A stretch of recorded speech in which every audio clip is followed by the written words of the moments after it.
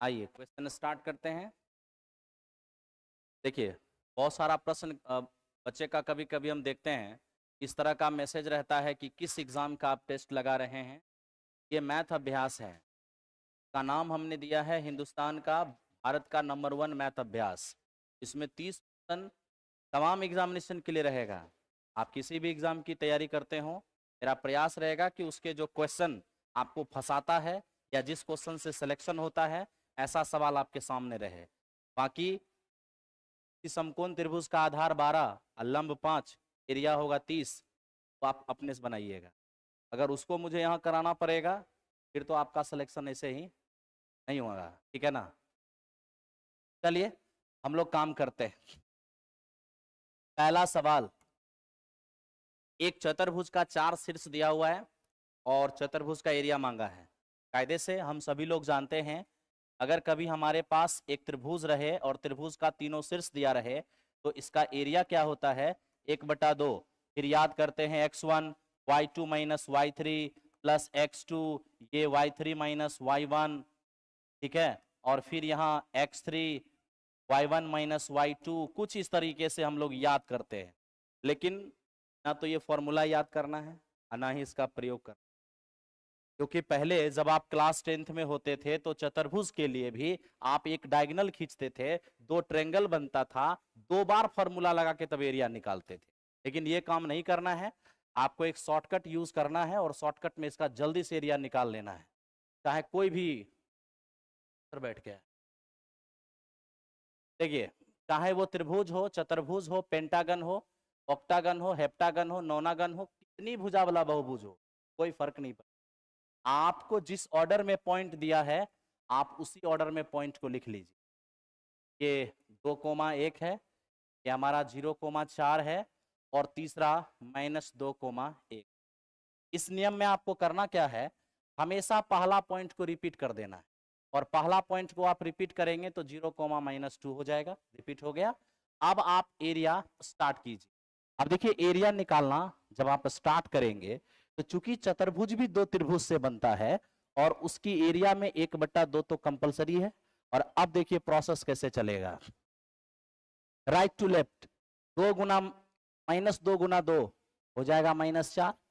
इसमें से घटाना है कि दोनों को गुना करके 0 गुना 1 0, फिर प्लस, अब यहां देखिए 1 गुना 0 0, माइनस 2 गुने 4 8, फिर देखिए 4 गुने -2 -8, और यहाँ 0 गुना 1 ये हो गया 0, प्लस ये 1 इंटू 0 ये हमारा 0 होगा, और -2 प्लस 4 जो घटेगा तो -4 ही रहेगा। अब आप यहां से देखिए 1/2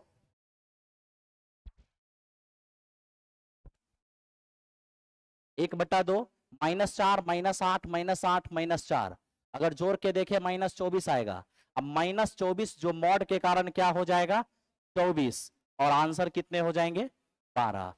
तो इसके लिए किसी नियम कानून की जरूरत नहीं है, आप ऐसे ही काम करते चले जाइएगा।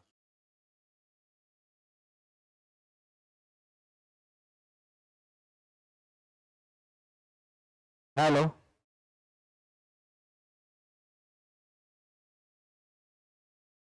बैकग्राउंड का कलर व्हाइट नहीं रख सकते हैं, व्हाइट रखने से जब मच्छर बैठेगा बोर्ड पर तो क्लास नहीं करा पाएंगे, इसलिए ऑनलाइन वाले थोड़ा समझिए। और जब एग्जामिनेशन का डेट फिक्स नहीं हो तो पीपीटी का क्या कीजिएगा, आप प्रिंट निकाल के नोट्स बना लीजिएगा, है ना। पढ़े क्वेश्चन नंबर 2। अब देखिए ये क्वेश्चन यूपीएससी के लिए तो इंपॉर्टेंट है ही है, और ऐसे सवाल ALP technician I mean railway के एग्जामिनेशन में भी एएलपी ग्रुप डी में आया हुआ है। आइए देखते हैं कैसे सॉल्व करेंगे। सबसे पहले 3 गुने माध्यक बराबर बहुलक प्लस 2 गुने माध्य, ये एक रिलेशन है माध्य माध्यिका बहुलक में, आप इसे याद रखेंगे। यहां थोड़ा एक्सपेरिमेंट अगर हम कर दें, मान लिया जाए कि अगर मेरी इच्छा हो जाए कि मैं इस 3 माध्यिका को क्या मैं ऐसा लिख सकता हूं? यहां देखिए तो 3 माध्यिका को क्या मैं 2 माध्यिका और प्लस 1 माध्यिका लिख सकेंगे या नहीं? 2 और 1 3 तो हो ही जाएगा। तो आप क्या कीजिए, इस 2 माध्यिका को इधर रख लीजिए और 2 माध्य को ले आइए।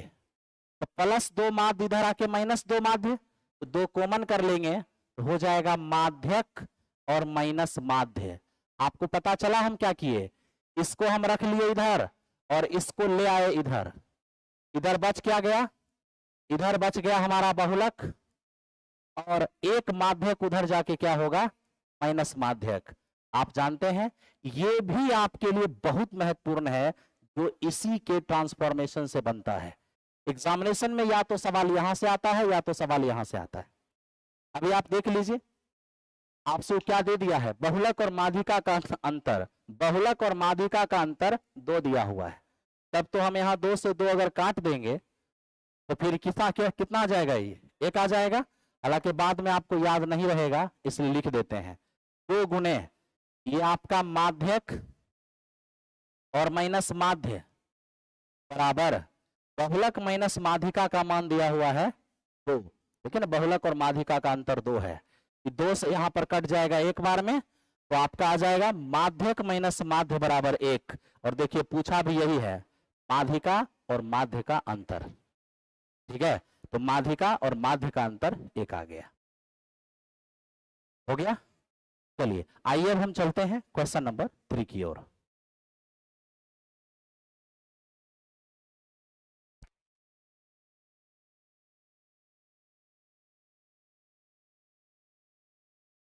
पी के साथ काम शुरू करके एक एक दिन छोड़कर करते हुए पी और क्यू किसी काम को 17 दिनों में करेगा, लेकिन जब क्यू पहला दिन करेगा और फिर क्यूपी अल्टरनेट डे में काम करे तो 53/3 दिन का समय लगेगा। अलग अलग काम करते हुए कितना टाइम लगेगा? सबसे पहली बात, ये 53/3 का मतलब क्या होता है, 17 या 51 और बचेगा 2/3।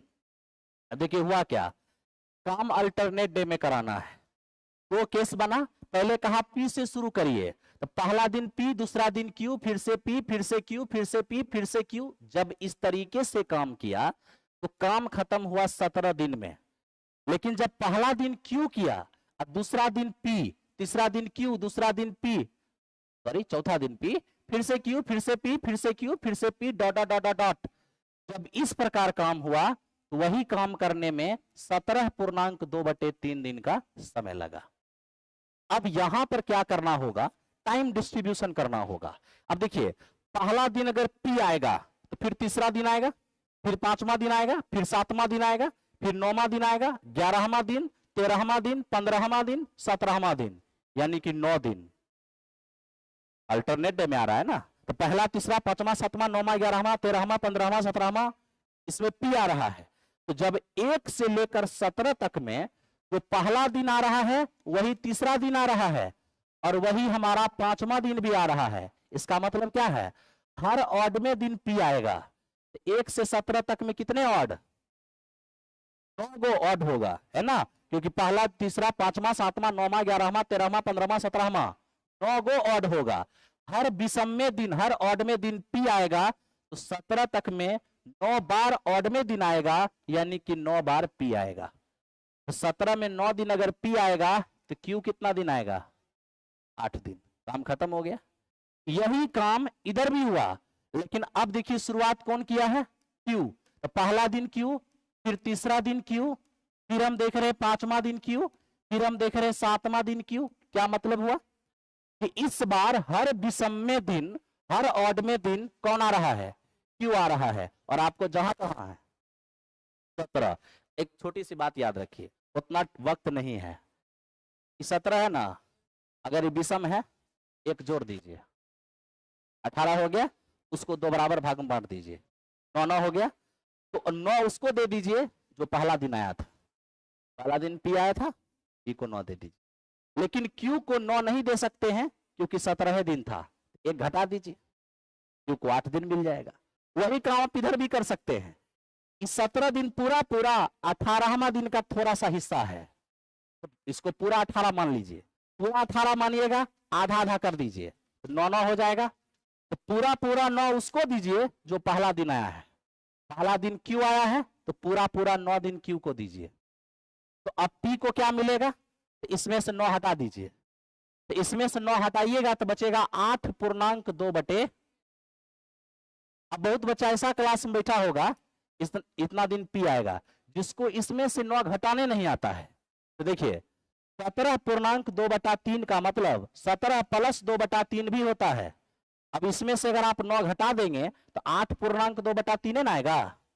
ठीक है, अब ये देखिए यहाँ 9 पी है और यहाँ 8.2/3 पी है, उसको इधर ला के इसमें से घटा दीजिएगा तो बच जाएगा 1/3 पी। 8 क्यू जाके 9 क्यू में घटेगा तो 1 क्यू हो जाएगा। यहां से अगर हम पी और अपॉन क्यू लेके आएंगे तो देखिए यहां पर क्यू में कुछ नहीं तो किससे गुना है, तो क्यू इधर आके भाग में आ गए, 3 इधर जाके गुना होगा और 1 आके बटे में आएगा, यानी 3/1। ये हुआ पी की क्षमता, आई हुआ क्यू की क्षमता। काम खत्म इधर भी हुआ है और काम खत्म इधर भी हुआ है, तो आप किधर से भी टोटल काम निकाल लीजिए। अगर आप इधर से निकालना चाहते हैं 9 × 9 दिन पी किया है तो पी की क्षमता 3, तो 9 तिया 27, और क्यू क्या दिन की 8 दिन, तो 1 दिन में क्यू 1 काम तो 8 दिन 8 काम, तो टोटल काम। अब इसी 35 को पी अकेला और क्यू अकेला करना चाहता है तो करना है 35 काम और पी की क्षमता 3, करना है 35 काम और क्यू की क्षमता 1। तब तो बताइए यहाँ 35/3 दिन लगा और यहाँ आपको 35 दिन लग गया। ऑप्शन नंबर कौन सा, बी हो गया। तो ऐसे सवाल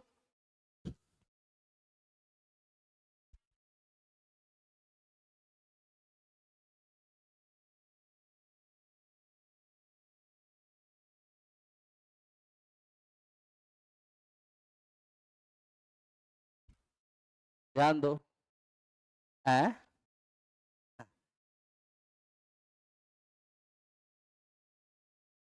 पढ़ते हैं, अब इसको देखिए, किसी समचतुर्भुज की एक भुजा की लंबाई बताइए जिसका क्षेत्रफल 24 वर्ग सेंटीमीटर और इसके विकर्णों की लंबाई का योगफल 14 सेंटीमीटर हो।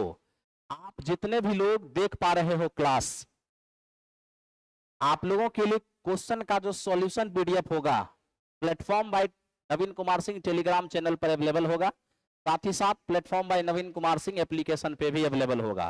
क्लास खत्म होने के आधे घंटे के अंदर इसका बोर्ड पीडीएफ चला जाएगा, इसलिए आराम से सॉल्यूशन देखिए और टेंशन नहीं लीजिए। देखिए किसी समचतुर्भुज यानी कि रोम्बस, जब भी हम समचतुर्भुज की बात करते हैं समचतुर्भुज की चारों भुजा बराबर होती है, साथ ही साथ इसके जो डायगोनल होते हैं वो एक दूसरे को 90 डिग्री पर इंटरसेक्ट करते हैं, बाइसेक्ट करते हैं।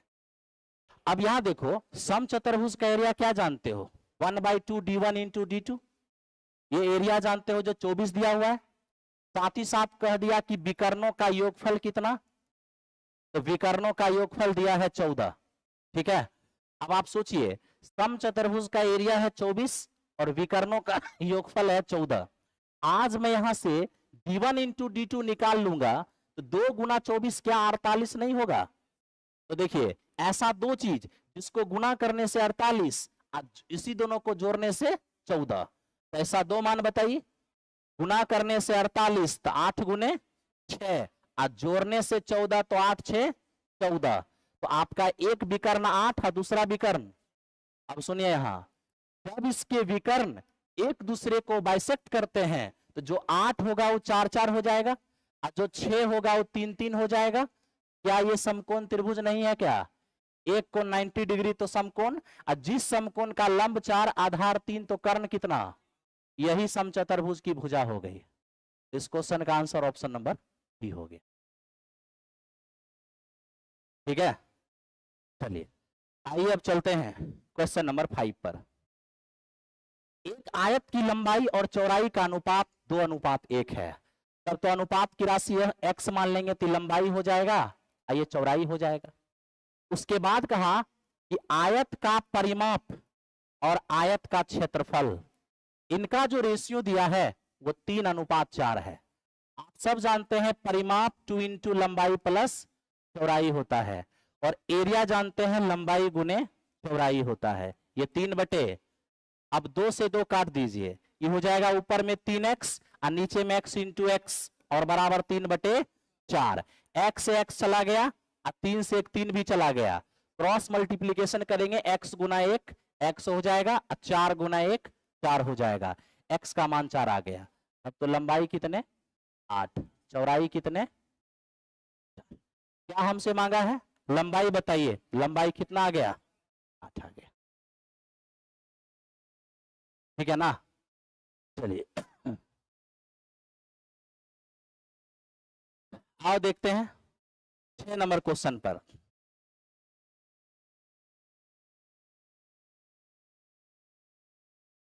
देखिए ये क्या है, एक दुकानदार किसी वस्तु को 25% के लाभ पर बेचता है, पैमाने से उस बात का प्रयोग करता है जो वास्तविक बात से 30% कम है, तो बताइए कुल लाभ क्या होगा। सबसे पहले देखो डायरेक्ट बोल दिया कि हमको 25% का लाभ चाहिए, जब 25% का डायरेक्ट लाभ बोल दिया तो 25% का लाभ तो उसको हो गया। अब वो क्या कर रहा है कि जो वजन देना चाहिए उससे 30% कम वजन दे रहा है, इसका मतलब डंडी मार रहा है, डंडी मार के कुछ लाभ और लेगा, तो हमारा लाभ 25 से ज्यादा हो जाएगा। तो 25 से ज्यादा हो जाएगा, सब ऑप्शन में 25 से ज्यादा है, ये टेक्निक काम नहीं किया तो काम कीजिए ना, डायरेक्ट सीपी और एसपी का रेशियो लीजिए। 25% के लाभ का मतलब है 100 सीपी की वस्तु 100 सीपी की वस्तु 125 में बेच रहा है, तभी तो 25 का लाभ होगा।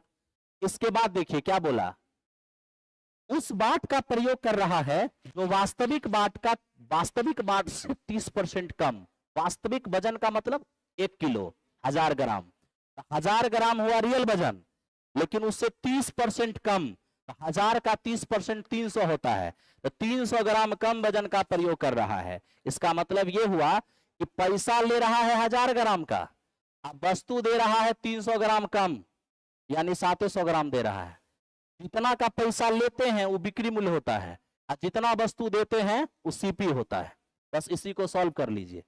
जैसे आप इसको सॉल्व करेंगे 2 जीरो से 2 जीरो यहां चला गया, 1 जीरो से 1 जीरो यहां भी कैंसिल आउट हो गया। अगर देख लिया जाए यहां से तो ये हमारा 70 हो जाएगा और ये 125। फाइनल प्रॉफिट अगर देखेंगे तो 55 का किससे 70 से और इंटू 100। अब आप यहां से अगर इसको कट करते हैं तो 78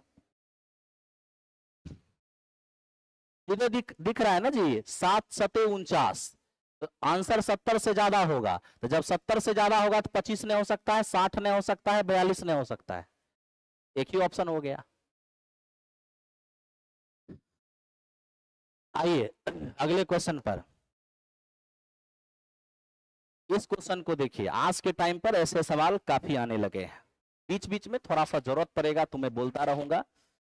अपनी तारीफ अपने मुंह से अच्छा नहीं लगता, आप लोग लगातार देखते रहिए। अगर मैं 100 सेट लगातार भी करा सका, 100 सेट आपकी किस्मत को बदलने के लिए काफी है, केवल 100 टेस्ट। आप देखिए ना, 11, 15, 20 और 30, प्रत्येक से के ग्रेटर देन 0, ये जो के ग्रेटर देन 0 लिखा है ना, इसका मतलब यह हुआ कि प्रत्येक से हम के घटा रहे हैं, बस आप जान लीजिए कि के का मान 0 से बड़ा है। तो प्रत्येक से हम के घटा रहे हैं तो ये आपस में क्या बनाती है, प्रपोर्शन बनाती है। तो बताइए उन दोनों का मीन प्रपोर्शन क्या होगा, मध्य अनुपाती क्या होगा। तो सबसे पहले चीज कि ए और बी अगर हमारे पास दो संख्या है, इसका जो मध्य अनुपात होगा वो कुछ और नहीं अंडर रूट ए बी हो जाएगा, इसे मीन प्रपोर्शन कहते हैं। ठीक है, आपको ये भी पता होगा। अच्छा, ये कैसे मीन प्रपोर्शन निकलता है, ये ए है ये बी है, इसके बीच में कोई एक ऐसी संख्या बताइए जिससे कि ये प्रपोर्शन बनाएगी, और ये प्रपोर्शन बनाएगी, इसका मतलब है कि ए के साथ एक्स का जो रिलेशन होगा एक्स के साथ बी का वही रिलेशन होगा। तो यहां से ए बटा एक्स हो जाएगा और ये हमारा एक्स बटा बी, प्रपोर्शन के लिए बराबर का साइन, तो यहां से एक्स स्क्वायर बराबर ए बी हो जाएगा। तो इस तरीके से एक्स बराबर क्या होगा, अंडर रूट ए बी। इसलिए कहते हैं कि दो चीज का मीन प्रपोर्शन क्या होगा, रूट ए बी होगा। ठीक है, उतना। अब आप ये देखिए, ये तो आपको पता है पहले से। हम आपको ये बताना चाह रहे हैं कि क्वेश्चन जैसा कि कहा, इस सब में हम कुछ जोड़ रहे हैं, सॉरी जोड़ नहीं रहे, घटा रहे हैं। तो जोड़ने की बात करें चाहे घटाने की बात करें, कंसेप्ट में कोई चेंजिंग नहीं होगा कि चारों में कुछ घटा दीजिए या चारों में कुछ जोड़ दीजिए। अगर ये आपस में प्रपोर्शन बनाती है तो जो आप जोड़ या जो आप घटा रहे हैं उसका मान आप डायरेक्ट निकाल सकते हैं। और डायरेक्ट निकालने के लिए करना क्या होगा, बाहरी बाहरी को गुना करना है और अंदर अंदर को गुना करना है। बाहर बाहर को गुना कीजिएगा, 30 गुना 11 330 और 20 गुना 15 300। बाहरी बाहरी और अंदर अंदर वाले के गुना का डिफरेंस ऊपर लेना है। जिनको गुना करके डिफरेंस ऊपर लिए हैं उन्हीं को जोड़ के डिफरेंस नीचे लेना है। तो बताइए 11 और 30 41, ये 15 और 20 35, इनका अंतर नीचे लिखना है। गुणनफल का अंतर ऊपर, योगफल का अंतर नीचे। बस सॉल्व कर दीजिए। यहां से काटिएगा, 6 से कितनी बार में जाएगा, यानी के का मान 5 आ गया। और यही के का मान 5 यहां पर आपको बैठाना है। तो के का मान आप जैसे ही 5 बैठाएंगे तो 5 दूनी 10 2 12। आइए 5 का स्क्वायर 25 दिया 75। आइए दोनों को क्या करना है, मीन प्रपोर्शन। तो दोनों को गुना करके वर्गमूल निकाल लीजिए, यही मीन प्रपोर्शन होगा। यही ना बताए हैं। बस यहां से देखिएगा 25 और 36, तो 6 गुने 5, आंसर कितना होगा। ज्यादा फास्ट नहीं हो रहा है, समझ में नहीं आएगा तो हम पूछिएगा, हम बताएंगे। ठीक है, वहां पर जोड़ने भी कहेगा तो भी ऐसे ही निकालना है, घटाने कहेगा तो भी ऐसे ही निकालना है। वैल्यू देखिए, आपको वैल्यू पुट करना है आप कीजिए ना, लेकिन ये आपको मैं ऐसा तरीका बताया कि कोई वैल्यू पुट करने की जरूरत ही नहीं पड़ेगा। ठीक है ना। और अक्सर वैल्यू आप तब पुट करते हैं जब आपको के का मान पूछेगा। के का मान पूछ थोड़ी रहा है, आपसे मीन प्रपोर्शन पूछ रहा है दूसरे चीज का। ठीक है, तो वहां पर मैटर आपका फंसेगा, फिर हिट एंड ट्राई कीजिएगा, उतना वक्त नहीं है पेपर में।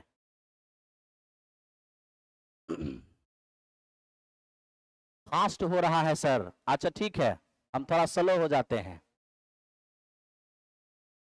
ए किसी काम को 12, बी उस काम को 16 दिन और सी उस काम को 24 दिन में खत्म करता है। जितने भी वर्कर हैं सभी का जब फिनिशिंग टाइम दे देगा तो सबसे पहले टोटल वर्क लेना है, जिसमें इन सब का एलसीएम 48। 12 दिन में 48 एक दिन में, 16 दिन में 48 एक दिन में, अब 24 दिन में 48 एक दिन में। तो अब क्वेश्चन हमसे ये कहा कि बीसी से काम शुरू कीजिए और 4 दिन तक करवाइए। तो अगर हम बीसी से काम स्टार्ट करा के 4 दिन करवाएंगे तो बी एक दिन में 3 काम और सी एक दिन में 2 काम, तो बीसी मिलकर एक दिन में 3 2, तो एक दिन में 5 काम, तो 4 दिन में 20 काम। तो 20 काम डन हो गया। इसके बाद कहा कि सी काम छोड़कर चला जाता है। तो काम छोड़कर सी गया है, बी थोड़ी गया है, बी नहीं गया है। और कहा सी के जगह पर ए आ जाता है। इसका मतलब आगे का काम कौन करेगा, ए भी करेगा। तो आगे काम बचा कितना, 48 में 20 हटा दीजिए, 28। अब करेगा ए बी, तो ए बी 4 3 7, कितना दिन लगेगा, 4 दिन। ये तो बहुत सिंपल था, बुझा रहा है जी। ठीक है, ऑनलाइन वाला काम करके अच्छे से देखते रहो। ठीक है, थोड़ा फास्ट हो जा रहा है। जो पहली बार डिस्कशन देखोगे थोड़ा थोड़ा दिक्कत होगा, लेकिन धीरे धीरे सीख जाओगे। ऐसे मैं कोशिश करूंगा किसी को दिक्कत ना हो।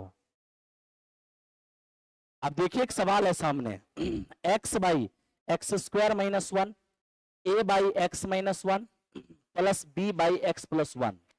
इस प्रकार का क्वेश्चन जब भी दिखेगा तो एक बार आप जरूर देख लेना, इधर जो डिनोमिनेटर में है क्या एलसीएम लेने से इधर भी यही चीज बन जाएगा क्या। हाँ बन जाएगा, A minus B into A plus, तो A square minus B square same बन जाएगा, तब तो कट जाएगा। तो एलसीएम ले लीजिए। एलसीएम लीजिएगा तो x by x square minus 1 बराबर, आप यहां देखिए ए minus B into A plus B, तो हो जाएगा ए स्क्वायर माइनस बी स्क्वायर। दूसरी बात, इसका गुना इसके साथ होगा तो हो जाएगा ए एक्स और प्लस ए, फिर इसका गुना इसके साथ होगा तो बी गुना एक्स, बी एक्स और बी गुना एक बी। ठीक है, अब आप यहां देखिए, क्या ये आपस में कट जाएंगे? तो यहां बचेगा सिर्फ x बराबर, ई दोनों को एक साथ कर लो तो दोनों में से x कॉमन आएगा, a plus b into x, फिर ये आपका हो जाएगा a माइनस बी। जानते हैं, जब हम यहां आए ना तो हमने इधर का चेहरा और इधर का चेहरा देखा, दोनों तरफ का फेस सेम है, कंपैरिजन कर लीजिए। बताइए, x का गुणांक कुछ नहीं तो क्या? तो यहां x का गुणांक a प्लस बी और यहां x का गुणांक 1, यानी कि a प्लस बी का मान 1। अचर पद यहां है a माइनस बी और अचर पद यहां कुछ नहीं तो क्या? तो ये किसका मान 0 हो गया। तो मेरे दोस्त यहां से a बराबर b हो गया। तो बताइए, दो बराबर चीज है जिसको जोड़ने से 1 है, तो दो बराबर चीज जोड़ के 1 होगा तब तो e भी आधा हो जाएगा और e भी आधा हो जाएगा। अगर ऐसे समझ में नहीं आता है तो a b के जगह भी लिख दो a, तो हो जाएगा 2a बराबर 1, तो a का मान 1/2, तो ये दोनों का मान हो गया 1/। ऑप्शन नंबर कौन सा? सी। वॉइस ठीक कीजिए। अरे मेरा अपना ही गला फंसा हुआ है। आइए इसको देखते हैं, ये है पाइप एंड सिस्टर्न। दो पाइप ए और बी किसी खाली टंकी को क्रमशः 32 और 48 घंटे में भर सकता है। जब कोई पाइप काम नहीं कर रहा है तो सी पूरी तरह से टंकी को 64 घंटे में खाली कर सकता है। शुरुआत में जब टंकी खाली थी तो ए और सी को चालू किया गया, कुछ घंटों के बाद ए को बंद कर दिया गया और उसी वक्त बी को चालू किया गया। ऐसा करते हुए टंकी को भरने में 112 घंटे का समय लगा। तो बताइए बी को कितने घंटों के लिए चालू किया गया? सबसे पहले यहां ए है भरने वाला, बी भी है भरने वाला, लेकिन सी है खाली करने वाला। ए भरेगा 32 घंटे में, बी भरेगा 48 घंटे में और सी खाली करेगा 64 घंटे में। तो जो टंकी 32 घंटे में भर सकता है, 48 घंटे में भर सकता है और 64 घंटे में खाली हो सकता है, उस टंकी की क्षमता इन तीनों का एलसीएम 192 होगा। ठीक है ना? अब देखिए, आप कहिएगा तुमको तुरंत कैसे पता चलेगा 192 होगा? क्योंकि 32 और 48 और 64 हम देख रहे हैं कि सबसे बड़ी संख्या को एलसीएम माना जाता है। या तो 64 खुद एलसीएम होगा, नहीं तो इसका कोई मल्टीपल होगा। 64 एलसीएम इसलिए नहीं होगा क्योंकि दोनों में से 32 से तो कट रहा है लेकिन 48 से नहीं कट रहा है। तो 64 का टेबल पढ़ना शुरू किए। 64 दूनी 128, ये दोनों से इससे कटेगा, इससे नहीं कटेगा। 64 तिया 192, 192 इससे कटेगा 4 बार में, इससे कटेगा 6 बार में, कट जाएगा, तुरंत हो गया 192 एलसीएम। 32 घंटा में 192 भरेगा, 1 घंटा में 6 भरेगा, 48 घंटे में 192 भरेगा तो 1 घंटे में 4 भरेगा और 64 घंटे में 192 खाली करेगा तो 1 घंटे में 3 खाली करेगा। अब देखिए, आपसे कहा कि टोटल 112 घंटे का समय लगा है, लेकिन इसमें शुरू में ए और सी को चलाया गया,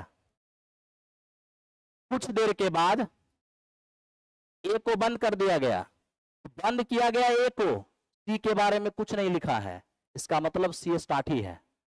तो सी अगर स्टार्ट ही है, ए को बंद कर दिया गया और ए के जगह पर किसको चला दिया? बी को चला दिया। तो इस प्रकार आपका टंकी पूरी तरह से भर गया। अब आप मुझे ये बताइए, टंकी भर जाने का मतलब क्या है? 192 काम हो गया। अब आपसे सवाल ये पूछा कि 112 घंटा में भर गया ना, तो 112 घंटा में बी को कितना देर चलाया गया? तो मान लेते हैं बी को x घंटा चलाया गया। तो अगर बी को x घंटा चलाया गया तब तो AC को कितना देर चलाया गया होगा? तो 112 में से x को हटा दीजिए, तो जो बचेगा उतना ही देर चलाया गया है। किसको? उतना ही देर चलाया गया है A को। 112 में x घंटा इसको 112 माइनस एक्स घंटा इसको।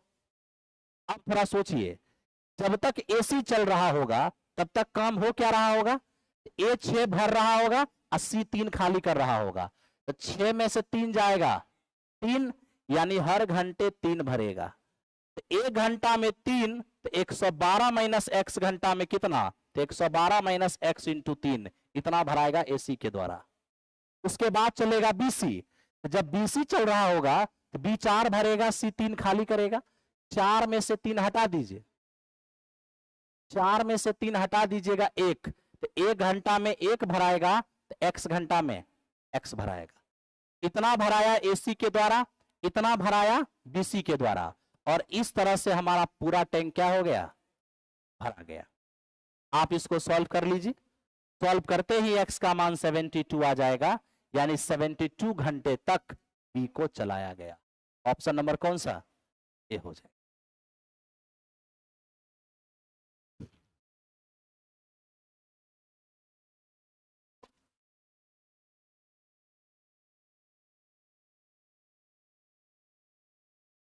मेरा कोर्स कैसे लीजिएगा, प्लेटफॉर्म बाय नवीन कुमार सिंह एप्लीकेशन पे जाइए, जिस भी फॉर्मेट को खोलिएगा ऊपर मेरा कोर्स दिखेगा आपको। टीचर के लिए लेना है तो टीचर के लिए, रेलवे के लिए लेना है तो कृष्णा बैच ले लीजिएगा, मास्टर के लिए लीजिएगा तो कुरुक्षेत्र लीजिएगा, और अगर फाउंडेशन बैच लेना है तो फाउंडेशन भी अवेलेबल है। 999 से नीचे नहीं मिलेगा, कुछ दिन में 1499 होने वाला है, इसलिए जितना जल्दी हो सके ज्वाइन कर जाना है।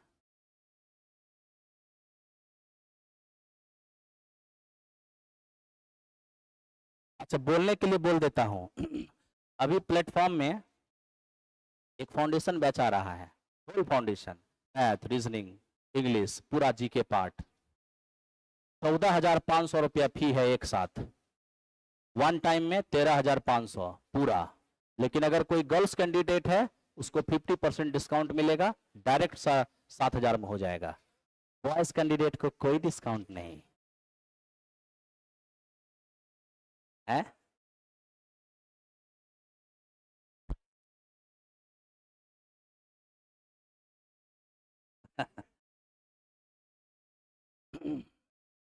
आइए चलिए ध्यान दीजिए, बात करते हैं। एक 3 अंकों की संख्या में, एक 3 अंकों की संख्या में सैकड़े का स्थान इकाई वाले स्थान का 4 गुना, दहाई स्थान का अंक इकाई वाले का 3 गुना, तीनों का योगफल 8 है, दहाई स्थान पर क्या होगा। पहले तो मुझे ये बताइए, अगर 3 अंकों की कोई संख्या है तो आपको नहीं लगता है कि ये हमारा इकाई स्थान है, यूनिट प्लेस, ये हमारा दहाई स्थान है, टेंस प्लेस, और ये हमारा सैकड़ा वाली स्थान है, 100 प्लेस। सैकड़ा वाला इकाई वाले का 4 गुना है, तब तो इकाई वाले को x मान लेते हैं, इसका 4 गुना 4x हो जाएगा। दहाई वाले इकाई वाले का 3 गुना है, इसको x माने हैं तो ये क्या हो जाएगा, 3x हो जाएगा। अब आपसे कह दिया कि सैकड़ा, दहाई और इकाई तीनों अंकों का योगफल 8 है, तब तो 8x का मान अगर 8 हो जाएगा तो x का मान 1 तो 3x का मान 3 हो जाएगा, यानी कि दहाई के स्थान पे 3 आएगा। ठीक है, चलिए। बीच बीच में कोई प्रोग्राम चलता है तो बीच में आइटम सॉन्ग होता है ना, तो वैसे ही बीच बीच में क्लास चलने के दौरान थोड़ा प्रचार भी होता है, प्रचार प्रसार भी होते रहना चाहिए, तो बिजनेस का बात भी होना चाहिए साथ में। अब देखिए इधर, एक बाइक 50 किलोमीटर पर आवर की चाल से चलती है तो अपने गंतव्य पर 10 मिनट लेट पहुंचती है। जब वो 60 की चाल से चलती है तो गंतव्य पर 5 मिनट देरी से पहुंचती है। मतलब यहां भी उसको देरी हो रहा है, यहां भी उसको लेट ही हो रहा है। आपको ये चीज पता अवश्य होना चाहिए। सुने, यहां पर अगर दोनों बार लेट होगा, अगर वो दोनों बार बिफोर पहुंचेगा या एक बार बिफोर पहुंचा और एक बार उसको लेट हो गया। तो याद रखना, टाइम का जो हम गैप निकालते हैं ना, गैप ऑफ टाइम, जब दोनों बार लेट होगा तो घटा के गैप निकलेगा, दोनों बार बिफोर तो भी घटा के गैप निकलेगा, एक बार पहले एक बार लेट तो जोड़ के गैप निकलेगा। आज दोनों बार लेट ही हुआ है तो हमारा जो गैप होगा ना समय का, 10 मिनट लेट और 5 मिनट लेट, दोनों का गैप हो जाएगा कितना, घटा के गैप निकलेगा 5 मिनट। दूसरा चीज ये समझिए, पहले आप 50 की स्पीड से जा रहे थे, अब आप 60 की स्पीड से जा रहे हैं, लेकिन दूरी तो सेम ही जा रहे हैं।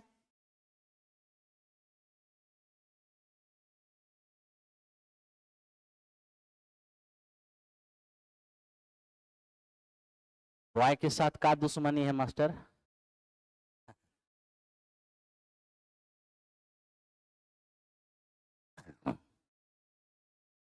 बीएसएससी के लिए स्टूडेंट भी पढ़ रहे हैं। अरे बोले तो यही तो वो सबके दिमाग में फोबिया बैठा हुआ है, इसी का फायदा तो उठाया जा रहा है। आप बिहार एसएससी इंटर लेवल पढ़िए, आप बिहार एसएससी ग्रेजुएट के लिए पढ़िए, बिहार का जो स्पेशल ब्रांच दरोगा का आने वाला है उसका पढ़िए, यूपीएसआई पढ़िए, बिहार एसआई पढ़िए, झारखंड एसआई पढ़िए, सेंट्रल का कोई एग्जाम पढ़िए, रेलवे हो एसएससी हो, इवन सी सेट तक आप कोई भी एग्जाम पर होगे, जो हम अभ्यास करा रहे हैं ये आपके लिए रामबाण होगा। बाकी मानना नहीं मानना आपका काम है, ठीक है। आइए देखिए, आपको जानते हैं इसका महत्व कब पता चलेगा?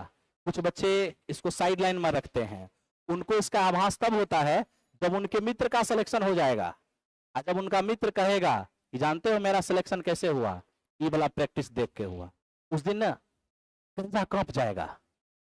इसलिए कलेजा ना कांपे, अभी से ही देखो। जिस दूरी को पहले 50 की चाल से गए थे, उसी दूरी को अब 60 की चाल से जा रहे हैं। तो दूरी कांस्टेंट है, तो दूरी कांस्टेंट है, तो मैं चाहता हूं कि चाल का रेशियो लीजिए। तो चाल का रेशियो हो जाएगा 5:6। जो चाल का रेशियो होगा उसके इनवर्स रेशियो में समय हो जाएगा। यानी 50 की चाल से चलते थे तो 6 समय, अरे इनवर्स रेशियो समझते हो ना, और जब 60 की चाल से चलते हैं तो 5 समय। दोनों ही चाल से लगने वाले समय का गैप कितना, यही जो एक का गैप है वो गैप कितना है, 5 मिनट का गैप है। तो एक का मान 5 मिनट, तो 5 का मान 25 ना। चलिए बहुत बढ़िया। और यहां देखिए, एक का मान 5 मिनट, तो 6 का मान 30 मिनट। आप जानते हैं वो आपसे पूछ क्या रहा है, कह रहे क्या, सुनिए, सामान्य चाल से यात्रा को पूरी करने के लिए समय पर पहुंचने के लिए कितना समय लगेगा? तो अगर कोई अपना ओरिजिनल स्पीड यूज करेगा तब तो ओरिजिनल समय लगेगा, और ओरिजिनल समय का मतलब होता है सही समय। लेकिन अभी सही समय ना तो ये है और ना ही सही समय ये है, क्योंकि जब आप 50 की चाल से गए हैं ना, ये 10 मिनट लेट वाला टाइम है। जब आप 60 की चाल से गए हैं तो ये 5 मिनट लेट वाला समय है, और लेट वाला समय का मतलब होता है ज्यादा समय।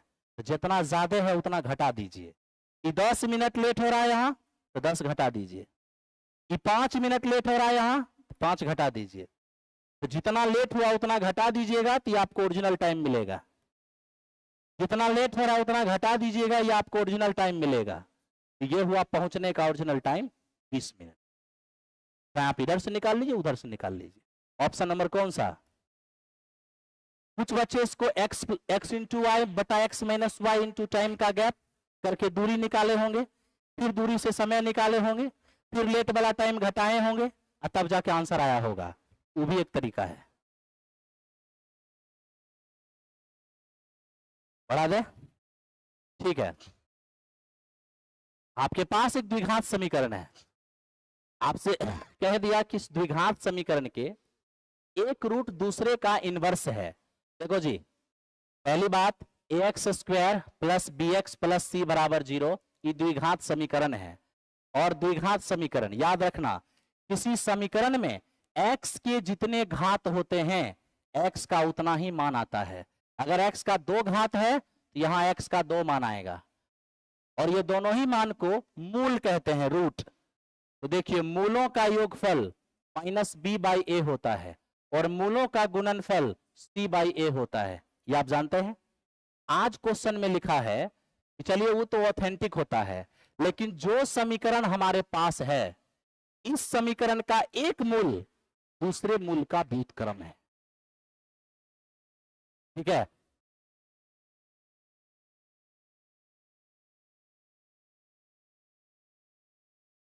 अगर आप पटना में हैं सोनी कुमारी तो क्लास आ जाइए, और यदि पटना से बाहर हैं तो लगातार सेट देखते रहिए, सब ठीक हो जाएगा। ठीक है, जब लोहे का चना चबाने की आदत डालिएगा ना, खेत वाला जो चना होता है वो आसानी से चबा जाइएगा। और यदि खेते वाला चना चबाने का आदत रहेगा, लोहा का चबाना देखते ही दांत टूट जाएगा, है ना। इसलिए ध्यान दीजिए, गलत थोड़ी बोले।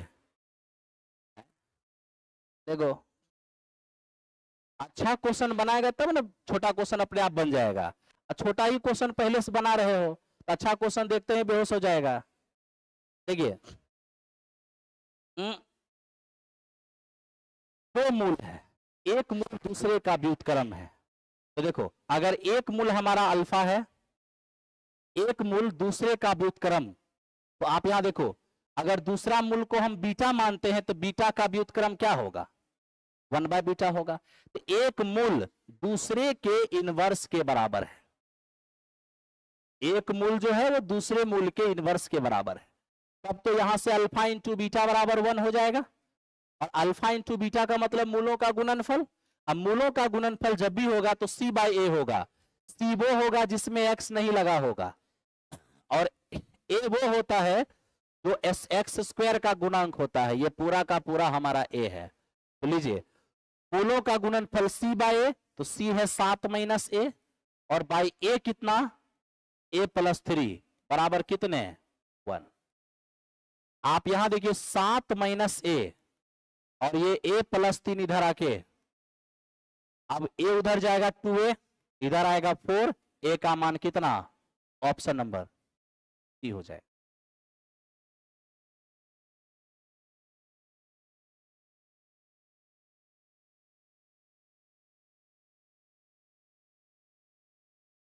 कोई बात नहीं, अगर एक छोटे से गांव में आप रह रही हैं तो आप वहीं से तैयारी कीजिए।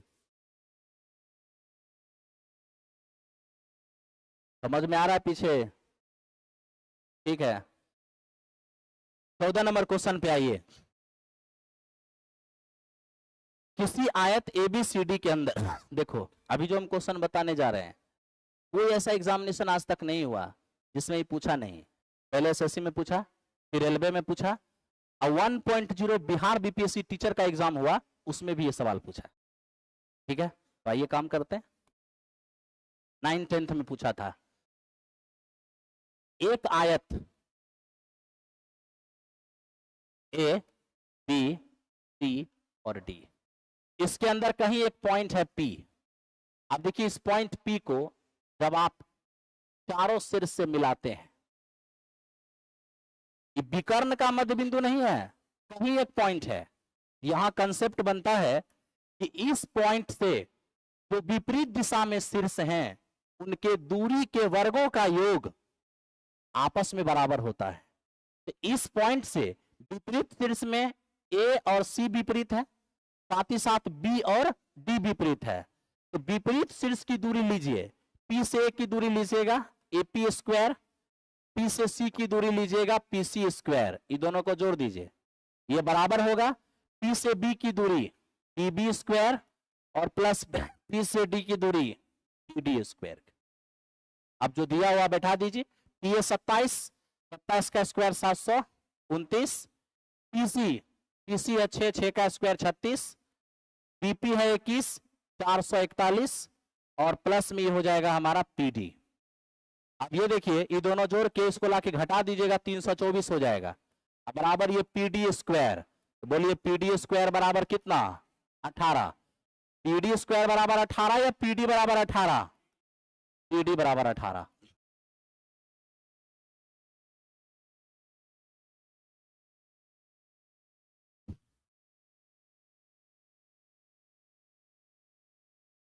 हो गया, ठीक है,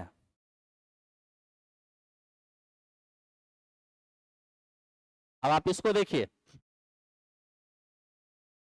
एबीसी में डी डी समांतर बीसी, जो AB को D और AC को E पर प्रतिच्छेदित करती है। क्या हुआ जी? तो प्यार है बगल वाला से, 4 को दाग देंगे ना, 4 सवाल, 1 घंटा तक नहीं गपी आएगा। ठीक है, हम देखो इधर, बहुत लड़का मजाक ले लेता है। ठीक है, हम टेस्टों में पूछते हैं, निका जो आया है, इतना तार उखाड़ के आया है, तो कुछ दिन पता चल जाएगा। इसलिए जितना जल्दी से जल्दी हो सके, कहीं अगर फाउंडेशन और पढ़े हो तो रिवीजन करके रहना। कोनो दिन पूछने लगेंगे गेटे पर, उस दिन आभास हो जाएगा कि तुम कितना फाउंडेशन पढ़ लिया है। ठीक है, देखो वो भी जरूरी है। आप बताइए ना, जो हम यहाँ फ्री में क्विज ले लेंगे, उस क्विज क्लास को करने के लिए आप 200 का महीना देते हैं, दे देता है, कहीं कहीं पर ज्वाइन करता है। चलो खैर छोड़ो सब, बीच में बोले ना प्रचार आता है, ये भी प्रचार था एगो। सवाल पे आओ। हाँ हाँ, A, B और C,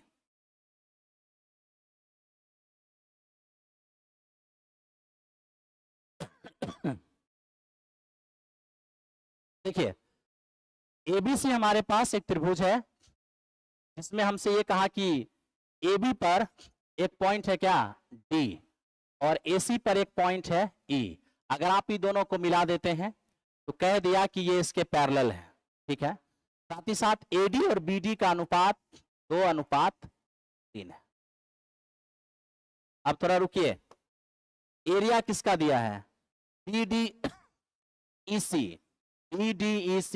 इसका एरिया दिया है और आपसे इसका एरिया मांग रहा है।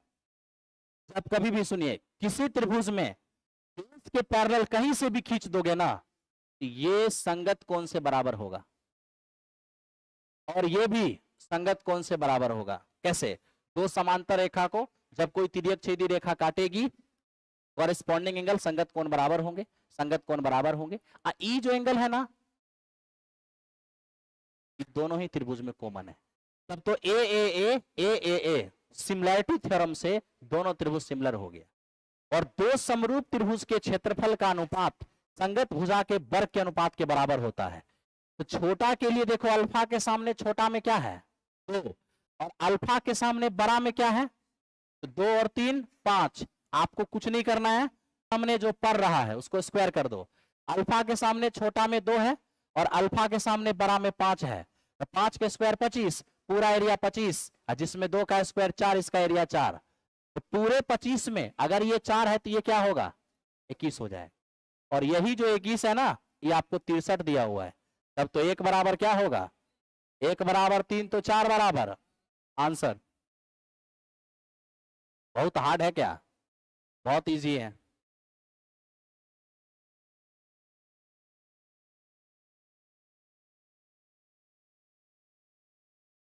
चलिए अगले सवाल पे आइए।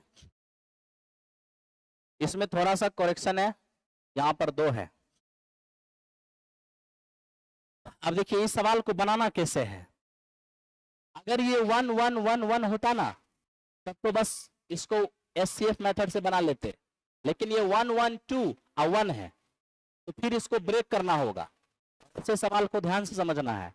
LHS को ब्रेक कर कर LHS के जैसा बना देना है, उसके बाद कंपेयर कर लेना है। तो देखिए हम बनाते हैं। सबसे पहले ऊपर में क्या चाहिए, सबसे पहले आपको ऊपर में 1 चाहिए। 1 चाहिए तो ऐसा कीजिए, 29/79 को क्या हम 1/79/29 नहीं लिख सकते हैं क्या? फिर से ये 29 ऊपर चला जाएगा, इसी के जैसा हो जाएगा। ऊपर में 1 चाहिए था, हम ले आए। अब आप देखिए 29 से भाग देंगे तो 29 दूनी 58, हम डायरेक्ट लिखेंगे तो ध्यान दीजिएगा।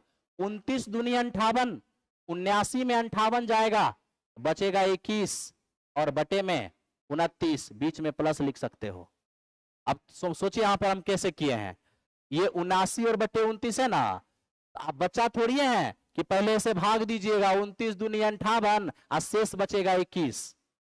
29 दूनी 58, जिससे भाग दिए नीचे और जितना बार में लगा यहाँ, और जो शेष बचेगा यहाँ, शेष कैसे बचता है, तो 29 दूनी 58, 79 में 58 घटा देंगे, जो बचेगा वही शेष है। तो ऐसे ना लिखकर इसी को हम डायरेक्ट 2 + 21 बटा 29 लिख सकते हैं, कोई दिक्कत नहीं है, ठीक है। अब आप देखिए यहां आपको 1 चाहिए था, 1 मिल गया है, यहां 2 आ गया है, लेकिन अब संभल के देखिए यहां क्या चाहिए, यहां भी अगर आपको 1 चाहिए तब तो हम चाहेंगे तो 21 के जगह 1 लिख देते हैं और 21 को 29 के नीचे ले आते हैं। कोई समस्या है? अब यहां पर थोड़ा ध्यान से देखिए, ये हो गया हमारा 1, ये 2 और प्लस देखते रहिए 1 और अपॉन 21 से भाग देंगे तो 21 एकम 21 बचेगा 8 और बटा 21, 21 से भाग दिए, एक बार में लगा 8 से आया। लेकिन अब थोड़ा समझ जाइए, 1 1 और यहां क्या चाहिए, तो यहां देखिए 1 और 1 आ चुका है, अब यहां क्या रखना है, तो यहां 2 रखना है, तो 2 को बचाना होगा, और 2 बचाने के लिए 8 को आप 2 × 4 लिख सकते हैं, लिख सकते हैं कि नहीं। अब वो 4 को नीचे ले आइए और 2 को वहीं रहने दीजिए, तो ये हमारा हो जाएगा 1/2 प्लस 1/, यहां देखिएगा 1 प्लस, अभी 2 × 4 को हम 2 रहने देना चाहते हैं, 4 को नीचे ले आएंगे तो 21 के बटा 4 आ जाएगा, फिर 4 जाके 8 हो जाएगा। अब सोचिए लास्ट स्टेप लिख रहे हैं, लास्ट स्टेप 1/2 प्लस 1/1 प्लस 2/, अब यहां देखिए 4 से भाग देंगे ना तो 4 × 5 = 20 और प्लस 1/4। अब आप मिला लीजिए, ये आपको 21/4 हो जाएगा। अब आप मिला लीजिए, मिलाइएगा 1 1 2 और 1/4, 1 1 2 और 1/4 मैच कर गया। यही आपका x है जिसे आप 2 कह रहे हैं, यही आपका y है और यही आपका z है।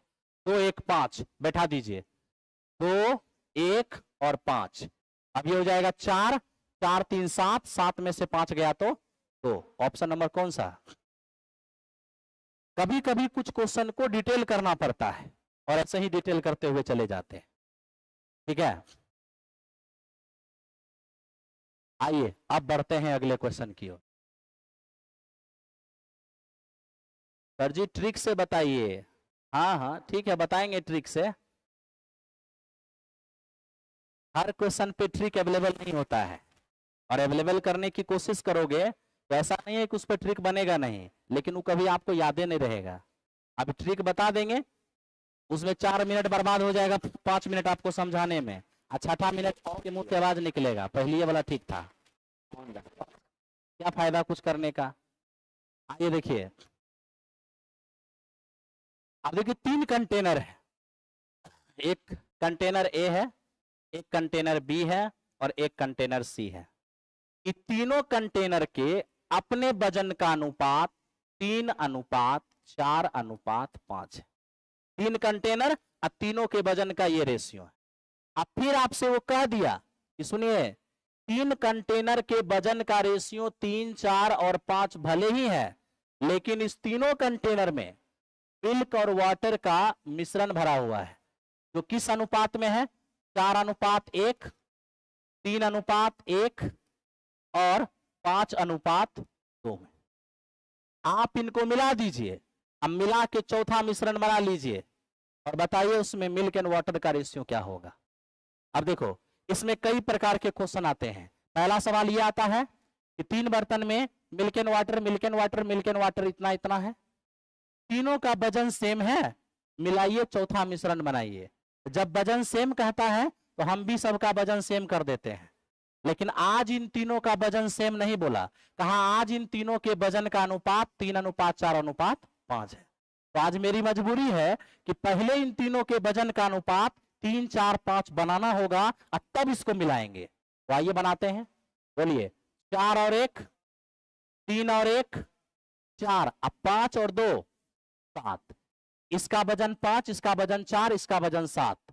क्या आपको लग रहा है कि अभी इसका रेशियो लेंगे तो क्या ये रेशियो हमारा 3, 4, 5 हो जाएगा? नहीं हो पाएगा। अब देखिए, सुनिए, यहां पर रियल में इसका वजन 3, 4, 5 है, लेकिन ये 5, 4, 7 दिख रहा है। यानी मेरी मजबूरी है कि इसको 5, 4 और मेरी मजबूरी है कि इसको 3, 4 और 5 बनाना पड़ेगा। और याद रखो, किसी रेशियो को जब नया रूप देना हो तो पहले उसको बराबर कर दो, यानी 1:1:1 में बदल दो। कि तीनों का एलसीएम 140, 140 बनाने के लिए 28 से, 140 बनाने के लिए 35 से, और 140 बनाने के लिए 20 से। 5, 4 और 7 का लॉस 140, 140 हम तीनों को बना दिए। अभी हो गया 1:1:1, क्योंकि कटेगा तो 1:1:1 हो जाएगा। जैसे ही 1:1:1 कर लिए ना, तो अब आपको क्या करना है, ये तो अभी 1:1 हुआ है, लेकिन आपको चाहिए 3, 4, 5। तो जहां 3 चाहिए वहां 3 से गुना कर लो, जहां 4 चाहिए वहां 4 से कर लो, और जहां 5 चाहिए वहां 5 से कर लो। अब जरा रेशियो लेके देखो, 140, 140, 140 कट गया, 3, 4, 5 बच गया। मेरा सवाल यह है कि 3, 4, 5 बनाने के लिए एक्स्ट्रा गुना किससे? 84 से। तो 84 से इधर भी कर दो और 84 से इधर भी कर दो। एक्स्ट्रा गुना किससे? 35 चौके 140, तो 140 से इधर भी गुना, 140 से इधर भी गुना। एक्स्ट्रा गुना 100 से, तो 100 से इधर भी गुना और 100 से इधर भी गुना। आप देख लो, 8 4 चौके 16, 32 1 33, और ये 420, और ये आपका हो गया है 500। यहां से देखें तो 1256, ये हमारा 1256 हो जाएगा। और इसको देखेंगे 84, 140 और 200, ये 84, 140 और ये 200, ये हो जाएगा 4 8 4 12, और 3 और 1 4, 424। ये कटेगा 8 बार में, तो 8 बार में कटेगा तो देखो, 8 एकम 8, 8 पंचे 40, 8 सते 56, और यहाँ 8 पंचे 40, 8 तिया 24। यही इस क्वेश्चन का आंसर होगा, ऑप्शन नंबर सी हो जाएगा। ठीक है, तो बनाना पड़ेगा, सवाल से डरिएगा, कहानी खत्म हो जाएगा।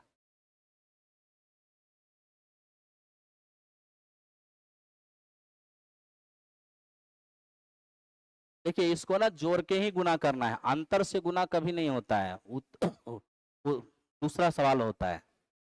ठीक है, ये एक ट्रेंड में क्वेश्चन अपना चलता है, इसका एक अपना टाइप ही है। ठीक है, जब एलिगेशन वगैरह पर चलते हैं ना, वहां डिफरेंस एडिशन वहां होता है। यहाँ बस एक ही ट्रेंड है जो हम आपको बताए हैं, इसी ट्रेंड पे चलता है। किसी दिन इसका सारा वैरायटी करा देंगे एक के साथ में। बाकी अभी जो हम कराए हैं, अगर इस टाइप का क्वेश्चन आपको करना है, mixture alligation and mixture by एमर्जी सर सर्च कीजिएगा, एक वीडियो आएगा, उसको देखिएगा। हम 50 क्वेश्चन कराए हैं, लास्ट में 5-6 क्वेश्चन इसी पर कराए हैं, पूरा का पूरा एक साथ आपको मिल जाएगा। ए बराबर इतना, बी बराबर इतना, सी बराबर इतना, तो बताइए A cube B cube C cube minus 3abc, बताइए माइनस बी का स्क्वायर, बी माइनस सी का स्क्वायर, सी माइनस ए का स्क्वायर। सुनिए यहाँ,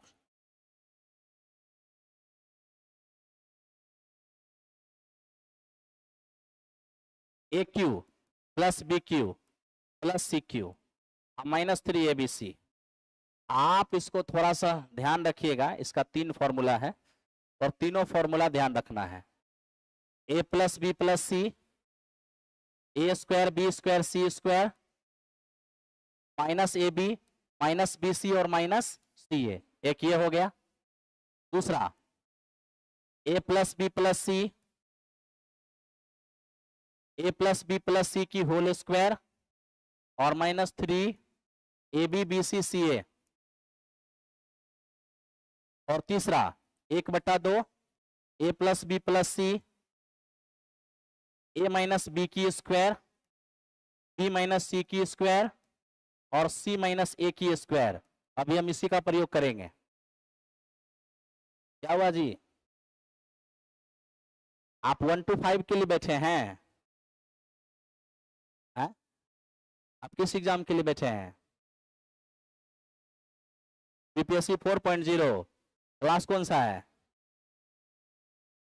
नहीं, आपको अपना तैयारी किस क्लास का करना है? 1 to 5, 6 to 8, 9, 10, 6 to 8 जो आप क्लास कर रहे हैं इससे अच्छा कुछ हो ही नहीं सकता है।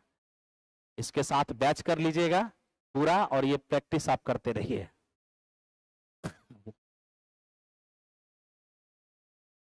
बताएं? ठीक है। अगर आपको लगेगा कि हम कुछ फॉल्स बोल रहे हैं तो 6 to 8 BPSC TRE 6 to 8 discussion by Amarjeet sir search कीजिएगा। 2.0 3.0 का डिस्कशन आ जाएगा जिसको हम कराए हैं, आपको समझ में आ जाएगा कि हम क्यों ऐसा बोले।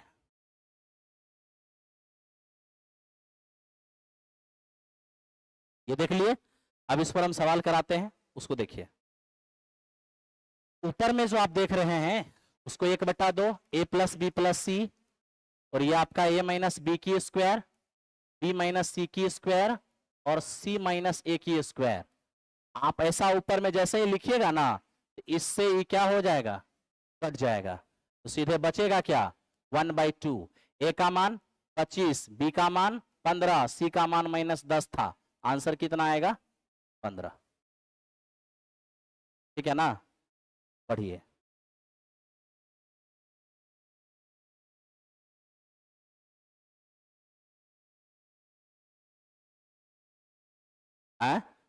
तो माइनस मैंने किया है, क्वेश्चन माइनस से था, टाइपिंग में दिक्कत हो गया। प्लस दीजिएगा तो 25 आंसर आएगा, जो ऑप्शन में नहीं रहेगा कोई। आइए अब इसको देखिए। एक घर पर एक खंभा है। एक घर पर एक खंभा जैसे ही बोला ना तो वैसे ही, या थोड़ा सा दिमाग दौड़ाइए, आजकल छत पर टावर लगता है ना। तो घर पर एक खंभा है, ये रहा आपका घर और इसके ऊपर ये है खंभा। आपसे कह दिया घर की जड़ से कुछ दूरी पर एक पॉइंट है, जिस पॉइंट पर घर के शीर्ष और खंभे के शीर्ष, बोला ना घर की चोटी और खंभे की चोटी का उन्नयन कोण 45 और 60 है।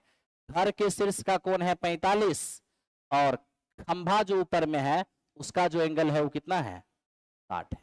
और ये आपका धरती है।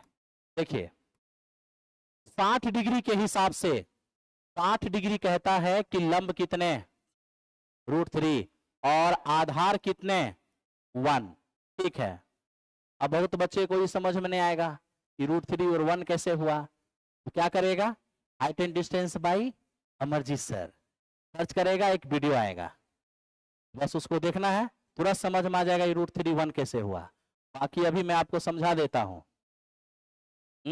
इधर देखिए, समकोण त्रिभुज है, एक कोण 30 और एक कोण अगर 60 है तो 30 के सामने 1, 60 के सामने √3 और 90 के सामने 2।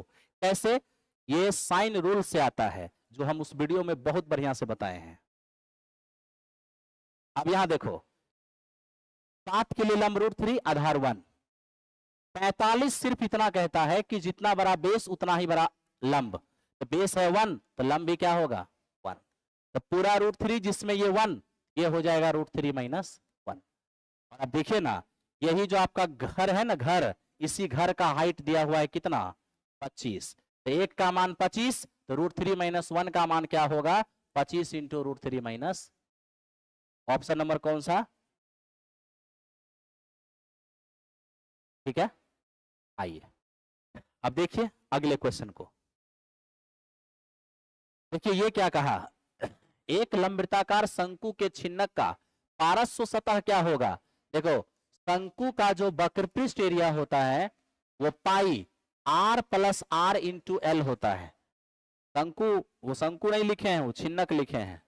ये देखिए यही है आपका छिन्नक, उल्टा बाल्टी, ठीक है, जिसमें ये आपका छोटी आर है, ये आपका बड़ी आर है, ये आपका h है और ये l है।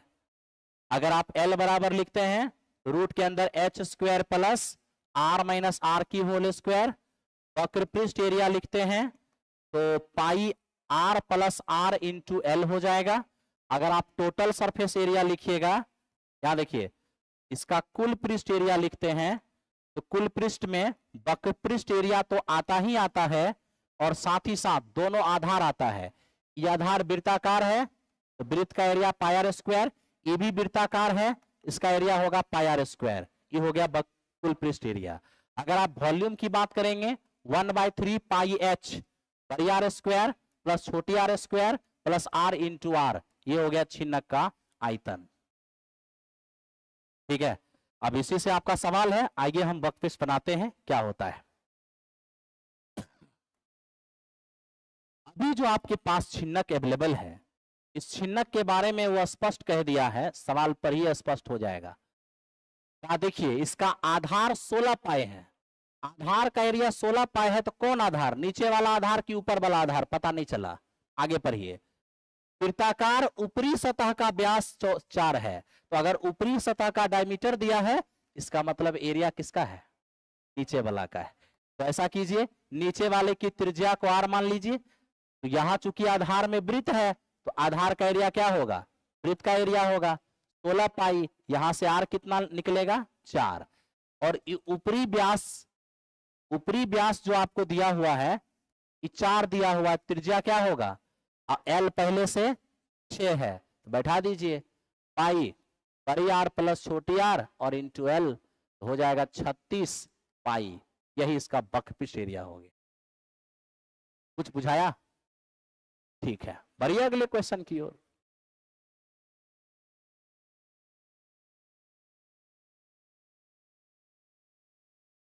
इसको देखिए, एक त्रिभुज है, एक त्रिभुज, और हमसे कह दिया त्रिभुज के तीनों कोना पर, त्रिभुज के तीनों कोना पर एक एक खुट्टा गाड़ दिया है, एक खुट्टा से 7 मीटर लंबी रस्सी के द्वारा एक गाय यहां बांध दिया, एक घोड़ा यहां बांध दिया, और एक घोड़ा को यहां बांध दिया। अब आप सोचिए, 7 मीटर रस्सी से अगर घोड़ा को बांध दिया जाएगा, घोड़ा बहुत अगर खींच खांच के घास चरना भी चाहेगा, तब तो इसी एरिया का चर पाएगा, इतना ही एरिया का घास चर पाएगा, इतना ही एरिया का घास चर पाएगा। तो हमसे कहा कि वो एरिया बताइए जिस एरिया का घास ये घोड़ा चर पाएगा।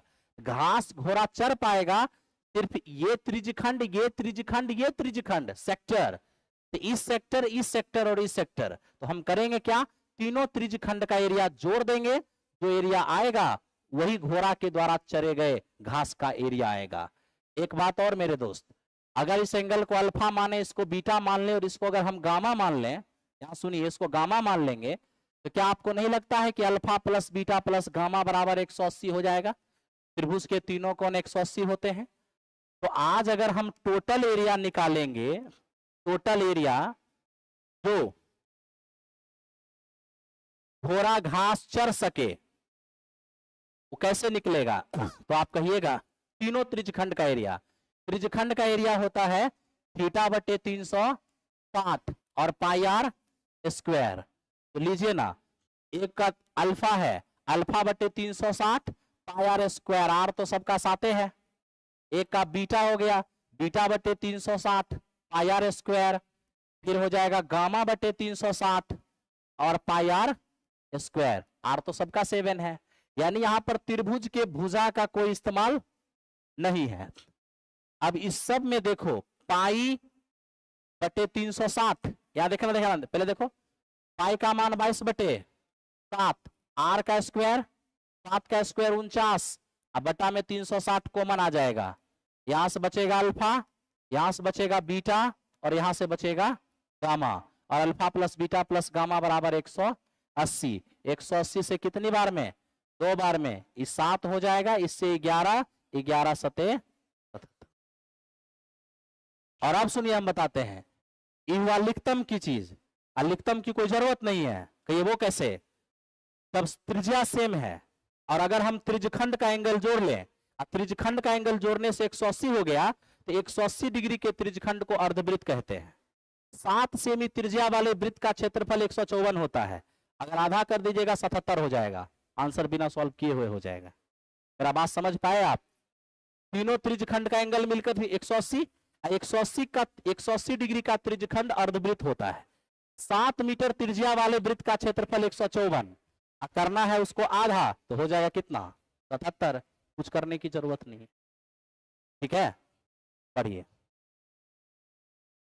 उस रेखा का समीकरण ज्ञात करें जिसके मूल बिंदु से लंबित दूरी इतना इकाई और पॉजिटिव एक्स एक्सिस से 75 डिग्री के कोण बनाते हैं।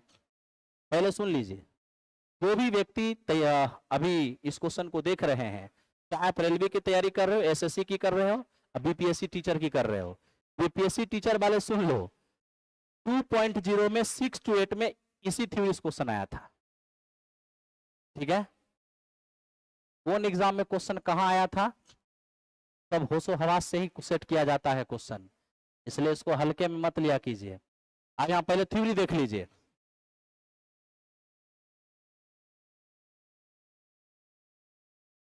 ये रहा क्वाड्रेंट एक्सिस। देखो, इस लाइन का समीकरण मांगा, ओरिजिन से इस लाइन पर डाले गए लंब की लंबाई p और ये लंब x अक्ष के पॉजिटिव डायरेक्शन में अगर अल्फा कोण बनाएगी, तो आज इस AB लाइन का जो इक्वेशन होगा, यानी AB का जो समीकरण होगा, x cos alpha plus y sin alpha और बराबर p, यही इसका समीकरण होता है। अब आप बताइए, ये जो अभी आपका लंब है वो कितना है? 3√2, तो इधर 3√2 ही रह जाएगा, और इधर x cos अल्फा है 75 और प्लस y sin अल्फा है 75। 75 डिग्री का मान रखा है तो हम भी मान निकाल लेंगे। देखिए यहां पर अगर cos 75 निकालना चाहते हैं तो आपको cos और ये क्या 45 प्लस 30 लिख सकते हैं। चलो साइन ए निकाल देते हैं। क्या ये साइन ए cos b और plus cos a sine b, इस तरह से आप चाहो तो निकाल सकते हो। 1/√2 और ये कितना हो जाएगा? √3/2, ये हो जाएगा 1/√2, ये हो जाएगा 1/2। एलसीएम लोगे, नीचे 2√2 आ जाएगा और यहां आ जाएगा √3 और प्लस में 1। ये हो गया हमारा साइन 75 डिग्री का मान। ठीक है, ऐसे हम आपको बता देते हैं, इतना तामझाम करो ही मत। तो काहे तामझाम नहीं करेंगे, एक डायग्राम याद रखना, ये 15 ये 75, 15 के सामने √3 - 1 और 75 के सामने √3 + 1 कर निकालोगे 2√2 आएगा। तुझे अब जिसका मान निकालना है निकाल लो। ठीक है, जैसे देखो यहाँ x है, cos 75 चाहिए, cos बराबर cos 75 हो जाएगा आधार बटे कर्ण, यानी आपका हो जाएगा ये √3 - 1/2 प्लस, अगर आपको sin 75 चाहिए, sin 75 लंब बटा कर्ण होगा, √3 + 1 और /2√2। अब ये तो निकाले थे, और बराबर कितना 3√2। एलसीएम लेंगे, ये √3 - 1 × x और ये √3 + 1 × y और बराबर ये जो आपका 2√2 है इससे गुना हो जाएगा, तो 6 दूनी कितना हो जाएगा? ये इस क्वेश्चन का आंसर हो जाएगा। तो 75 डिग्री का मान निकालना और 15 डिग्री का मान निकालने के लिए आप इसका इस्तेमाल कर सकते हो। साइन निकालोगे, थीटा के सामने लंब बटा कर्ण, कॉस निकालोगे आधार बटे कर्ण। ठीक है ना? आइए, कुछ बोल नहीं रहे हैं, क्या बोले? अब तुम्हारा कमेंट पर है, अनाप शनाप बोले, है ना, तब खुश होगा। जावेद आलम कह रहे हैं कि लव यू सर, धन्यवाद। हाँ, ऊपर वाले से प्रार्थना है कि आपका रमजान सफल हो, है ना, और आपकी मनोकामना पूरी हो। आगे बढ़ते हैं। ऑप्शन बना हुआ नहीं है, बनेगा तो वही ऑप्शन बनेगा, नहीं ये पूरा बनेगा ऑप्शन में।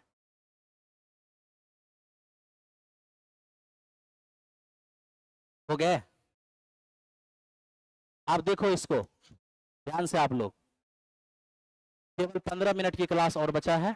ठीक है, आप देखिए, किसी स्मारक के आधार से एक क्षैतिज पर एक बिंदु स्मारक के शीर्ष का उन्नयन कोण इतना पाया गया कि जिसका टेंजेंट 1/5 है और स्मारक की ओर 138 मीटर चलने पर उन्नयन कोण सेकेंड 193/12 है। स्मारक की ऊंचाई क्या होगा? देखो, यह है एक स्मारक, स्मारक की जड़ से कुछ दूरी पर एक पॉइंट है, उस दूरी और उस पॉइंट पर स्मारक के शीर्ष का कोण ऐसा बन रहा है जिसका टेंजेंट, यानी जब उसको 10 पर बैठाते हैं इस कोण को, तो 1/5 हो जाता है। अब हमसे कहा कि यहां से स्मारक की ओर जब 138 मीटर हम चल के आते हैं, एक नया पॉइंट मिलता है जहां पे स्मारक के शीर्ष का कोण ऐसा बन रहा है कि जब हम इस कोण को सेक पर रखते हैं, सेकेंड का मतलब सेक होता है, जब इसको सेक पर रखते हैं तो रूट 193 और बटे 12 हो जाएगा। अब यहां सुनिए, सबसे पहले डिग्री रहता था तो डिग्री के अनुसार चलते थे, आज मान दिया हुआ है, देखो मान सेक बराबर कर्ण और बटे में आधार। अगर यहां से लंब निकालोगे, लंब 7 निकलेगा, अंडर रूट कर्ण स्क्वायर माइनस आधार स्क्वायर करो ना, 7 निकलेगा। ये आपका 10 है तो लंब हो जाएगा और ये आपका आधार हो जाएगा। देखिए अल्फा के लिए लंब यही है ना, अल्फा के लिए लंब आपको 7 नजर आ रहा है और अल्फा के लिए आधार आपको 12 नजर आ रहा है। अल्फा के लिए ये लंब हुआ, ये आधार हुआ। तो देखिए अल्फा एंगल में कितना है आधार 12 और लंब कितना है 7। फिर देखो बीटा के लिए, सॉरी थीटा के लिए, तो थीटा के लिए भी यही लंब है और ये पूरा आधार है, तो थीटा के लिए लंब कितने, लंब हो गया आपका 1 और पूरा का पूरा आधार कितना होगा, तो पूरा आधार हो जाएगा आपका 5। अब आप ही बोलिए अकॉर्डिंग टू क्वेश्चन, जब एक ही स्मारक है तो क्या हाइट अलग अलग होगा, सेम होगा। ये 7 है तो इसको भी 7 बनाइए, उसके लिए 7 से गुना, तो इसका साथ ही यहां है, इसमें भी 7 से गुना। पूरा 35 में 12 तो ये कितना 23, 23 का मान 138 तो 1 का मान 6, 1 का मान 6, हाइट मांगा है तो हाइट है कितना 7, 1 का मान 6 तो 7 का मान 42। इस क्वेश्चन का आंसर कितना 42 हो गया। आइए नेक्स्ट, अब आप इसको देख लो थोड़ा सा, ये मैक्सिमा मिनिमा है, तो मैक्सिमा मिनिमा है, इसको थोड़ा ध्यान से अगर देखें तो a प्लस बी के होल स्क्वायर पर ब्रेक होने वाला है। तो क्या हम 5 साइन स्क्वायर को 4 साइन स्क्वायर, क्या हम इसको 4 साइन स्क्वायर और प्लस में 1 साइन स्क्वायर लिख सकते हैं, हाँ या ना। अरे 4 और 1 5 हो जाएगा ना। वो जो 10 है क्या हम उसको 9 कॉस स्क्वायर और प्लस में 1 कॉस स्क्वायर लिख सकते हैं या नहीं, लिख सकते हैं। और वो जो आपके पास 12 साइन और इंटू कॉस है। अब आप इसको ध्यान से देखिए, अगर ध्यान से देखिएगा ई तो आपका 1 हो जाएगा, ई जो है ना आपका 2 साइन और प्लस 3 कॉस का होल स्क्वायर है, तो 2 साइन और प्लस 3 कॉस का ये होल स्क्वायर है। अब ब्रेक करके देखिए यही आएगा। अब प्लस में कितना है 1 है, इसको आप ऐसे लिख लीजिए 1 प्लस 2 साइन थीटा और प्लस 3 कॉस थीटा का होल स्क्वायर। अब आपको एक रूल देते हैं, कभी भी 10 प्लस एक्स स्क्वायर का अगर आपसे मिनिमम मान मांगेगा डायरेक्ट 10 बोलिएगा, ठीक है। तो आप सीधे सीधे यहां देखिए कोई कांस्टेंट वैल्यू और प्लस वेरिएबल का स्क्वायर है, क्या इस फॉर्म में है कि नहीं। जब इस फॉर्म का मिनिमम मान मांगता है तो एक्स को 0 समझते हैं, 10 ही आंसर आता है। उसी प्रकार इसका भी मिनिमम मांगेगा, 1 का तो कुछ नहीं कर सकते हैं, इसको 0 समझेंगे और ये 0 समझेंगे तो इसका मिनिमम मान क्या होगा 1, तो तुरंत इसका मिनिमम मान 1 हो गया। लेकिन मैक्सिमम चाहिए, तो मैक्सिमम अगर निकालना है तो ये तो आपका रहना ही रहना है, इसको मैक्सिमाइज कर दो और इसको मैक्सिमाइज करोगे तो ये रूट के अंदर ए स्क्वायर प्लस बी स्क्वायर होगा, इसका मैक्सिमम मान। आइए होल स्क्वायर अपने जगह पर, तो अब आप ही देख लो यहां पर 1 9 और 4 13, आंसर कितने होंगे 14। तो मिनिमम मान 1 होगा और मैक्सिमम मान 14 होगा। अब देखो कोई किसी को मैक्सिमम समझ में नहीं आया होगा, उसके लिए रूल देखो, ए साइन और प्लस बी कॉस, मच्छर भी बहुत तंग करता है, इसका मैक्सिमम मान निकालोगे रूट के अंदर ए स्क्वायर प्लस बी स्क्वायर, इसका मिनिमम मान निकालोगे माइनस में रूट के अंदर ए स्क्वायर प्लस बी स्क्वायर। तो हम किस नियम का प्रयोग यहां पर किए हैं वहां से समझ में आ जाएगा, ठीक है। अरे मैक्सिमम करना है तो सबको बड़ा से बड़ा बनाएंगे, अब मिनिमम करना है तो जिसको छोटा कर सकते हैं उसको छोटा कर देंगे। तो वो एक फॉर्मेट याद रखिएगा जिससे ही पता चलेगा कि 1 कैसे हुआ। अब थोड़ा इसको देखिए, एक निश्चित राशि के लिए ब्याज की एक निश्चित ब्याज दर से दूसरे वर्ष और तीसरे वर्ष का ब्याज इतना है, तो बताइए 2.5 वर्षों में वही धनराशि उसी दर पर कितना हो जाएगा अगर ब्याज वार्षिक संयोजित हो रही हो। या देखो जब दूसरे साल का सीआई और तीसरे साल का सीआई दिया हुआ है, दूसरे साल का 3300 और तीसरे साल का 3630, यहां से देखो, क्लास में कोई भी बैठे हो, एक बात आपको बता दे, अगर 5 मिनट लेट हो जाए तो आपको हड़बड़ाना नहीं है, समय लेके आइए थोड़ा सा, परिणाम अच्छा मिलेगा। नहीं तो पटना में अगर 6 साल रहना है तब तो कोई बात नहीं है, 6 महीना में नौकरी चाहिए तो समय थोड़ा लेकर आना पड़ेगा। ठीक है, देखिए ये 2 साल का सीआई है और ये आपका 3 साल का सीआई है। 3 साल और 2 साल नहीं है, ये दूसरा साल है, ये तीसरा साल है। जब लगातार साल का सीआई दिया रहे तो वृद्धि प्रतिशत से ही रेट निकल जाएगा। बताओ, तीसरा साल का सीआई दूसरे साल से कितना ज्यादा? 330 ज्यादा। किससे? 3300 से इंटू 100 कितना आएगा? 10%। 10% आपका रेट हो गया। लगातार साल का सीआई दिया रहे, वृद्धि प्रतिशत से रेट निकलता है। अब आपको देखिए, सबसे पहले ध्यान से देखिए, आप चाहो तो प्रिंसिपल निकाल सकते हो। कहोगे वो कैसे? 10% की रेट से अगर हम 2 साल का सीआई निकालेंगे तो 21 निकलेगा। अगर हम 1 साल का सीआई निकालेंगे तो रेट ही 1 साल का सीआई होता है। 2 साल के सीआई में 1 साल का सीआई हटा देंगे तो दूसरे साल का सीआई मिलेगा। तो जैसे ही 2 साल के सीआई में से 1 साल का सीआई घटा दोगे तो दूसरे साल का सीआई मिलेगा कितना? 11। यही जो दूसरे साल का सीआई है ना, वो कितना दिया हुआ है? 3300। यहां से 1% का मान 300, तो 100% का मान ये हो जाएगा 30,000। ये हो गया प्रिंसिपल। लेकिन आपको प्रिंसिपल नहीं चाहिए, आपको चाहिए सेम प्रिंसिपल सेम रेट से 2.5 साल का सीआई।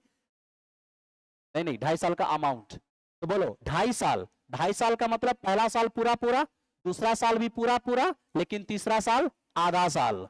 तो जो रेट होता है वो 1 साल का ब्याज होता है। अगर रेट 10% है तो पहला साल 10%, दूसरा साल भी 10%, अब तीसरा साल अगर समय आधा है तो रेट भी आधा हो जाएगा। 10% का मतलब होता है 1/10। 10% का मतलब 1/10। अब 5% का मतलब 1/20। 1/20। अब आप यहां प्रिंसिपल और अमाउंट का रेशियो लीजिए। रेट जब 1/10 होता है ना तो नीचे प्रिंसिपल दिखता है, ऊपर में ब्याज। तो पहला साल 10 मूलधन 1 ब्याज के साथ, दूसरा साल भी 10 से 11, अब तीसरा साल 20 मूलधन और 1 ब्याज के साथ 21। गुणा कर लो, इधर तुम्हारा 2000 हो जाएगा और इधर 2541 हो जाएगा। यही जो 2000 मूलधन है वो 30,000 जानते हो। तो देखो यहां कितना गुना हो गया? 15 गुना ना। तो आप यहां भी कर दो 15 गुना। तो 15 गुना अगर आप करोगे तो 38,115 यही इस क्वेश्चन का आंसर होगा।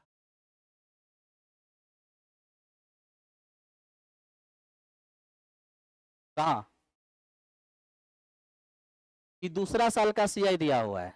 10% की रेट से 2 साल का सीआई 21 कैसे होगा? ये तो सीआई का बेसिक है, x + y xy/100। ये तो आपको पता ही होना चाहिए।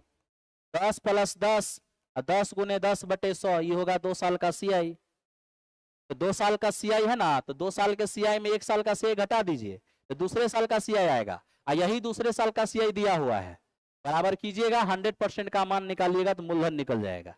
और उसके बाद ये प्रोसेस कर लीजिए। ये जो है ना, ये 2 साल का मूलधन हो गया, ये मिश्रधन हो गया। मूलधन का तुलना मूलधन से किए 15 गुना हो गया, तो मिश्रधन भी 15 गुना हो जाएगा। क्या? हाँ दोस्ती, हमेशा गुना ही करना है, कारण है कि सक्सेसिव से ही पता चलता है। परसेंटेज अगर पढ़े होंगे तो सक्सेसिव में इसको आप पढ़ाया गया होगा, अगर नहीं पढ़े होंगे तो फिर मैं पढ़ाऊंगा। ठीक है, चलिए अब थोड़ा सा इसको देखिए, 1 मिनट रुक जाइए। बस इतना ही क्वेश्चन है। ठीक है, अरे तुरंत हो जाएगा, घबरा कह रहे हो? देखो ना, 450 किलोमीटर की दूरी तय करने के लिए ट्रेन ए ट्रेन बी की तुलना में 45 मिनट ज्यादा लेता है। ए जो है ना वो बी की तुलना में 45 मिनट ज्यादा। तो मान लो बी को टी समय लगता होगा तो इसको समय लग रहा है टी + 45 मिनट, यही ना। आगे लिखता है कि इंजन में खराबी के कारण बी की चाल 1/4 से कम जाती है। यहां देखिए, बी की जो चाल है ना, बी के इंजन में खराबी हो गया जिसके कारण बी का चाल 1/4 हो गया, या 1 बटा कह सकते हैं 1/4 कम गया। ठीक है, हालांकि इसने लिखा है 1/4 हो जाता है, लेकिन मामला यहाँ पर 1/4 कम हो जाता है। ठीक है, अब 1/4 अगर कम हो जाता है तब तो हम अगर चाल देखने जाएंगे बी का पुराना और नया तो क्या हो जाएगा, पहले चाल 4 था, अब 1 घट के 3 हो जाएगा, हाँ या ना। तो चाल का रेशियो हो जाएगा 4:3। अगर हम समय का रेशियो देखने चले जाएंगे तो 3 अनुपात क्या हो जाएगा, मतलब बी को पहले 3 समय लगता था, अब बी को 4 समय लगेगा। आप कहोगे सर आप बी का समय क्यों निकाले हैं, तो इंजन में गड़बड़ी बी के इंजन में गड़बड़ी हुआ ना, तो बी के इंजन में गड़बड़ी हुआ है, तो जो बी कभी ए से कम समय लेता था, इंजन में गड़बड़ी होने के कारण अब बी को ए से भी ज्यादा लगेगा, और आगे पढ़ लीजिए पता चल जाएगा। बी के इंजन में गड़बड़ी होने के कारण बी का चाल 1/4 से कम हो जाता है, अतः उसी यात्रा को पूरा करने के लिए ट्रेन ए की तुलना में अब 30 मिनट ज्यादा समय लगता है। किसको, ट्रेन ए की तुलना में 30 मिनट ज्यादा लगता है, किसको, बी को। यानी बी का जो समय है वो अब ए से भी 30 मिनट ज्यादा है। इसका मतलब टी प्लस 45 में 30 जोड़ेंगे तो टी प्लस 75 हो जाएगा। खुद ही बताइए, जिस बी का टाइम पहले टी था अब टी प्लस 75 हो गया, तो कितना टाइम ज्यादा लगने लगा, टाइम ज्यादा लगने लगा 70। और अब आप बताइए वो जो 75 बी का टाइम 75 मिनट जो ज्यादा लगने लगा, वो देखिए रेशियो में कितना ज्यादा लगने लगा, 1, और यही है 75।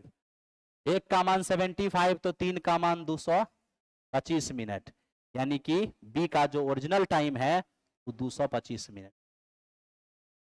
बी का पुराना टाइम जो टी माने हो, वो बी का पुराना टाइम क्या निकला है, 225। तो टी का मान 225, तो जिस समय बी को 225 उस समय ए को कितना, तो 225 और प्लस 45 यानी कि 270। 270 मिनट लगता है ए को। ए का हम टाइम क्यों निकाले, क्योंकि हमें ए का चाल मांगा है, तो हम तुरंत ए का चाल निकाल देंगे।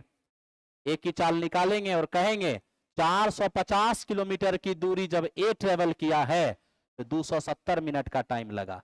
270 मिनट को घंटा में बदल दीजिए, 30 9 और 30 दूनी, 9 से कटेगा 50, 2 से जाके गुना हो जाएगा 100 किलोमीटर पर आवर।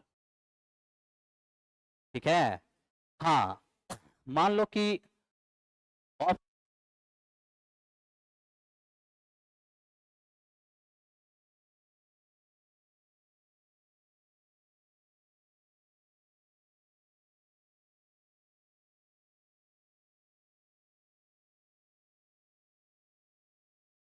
आइए बढ़िए,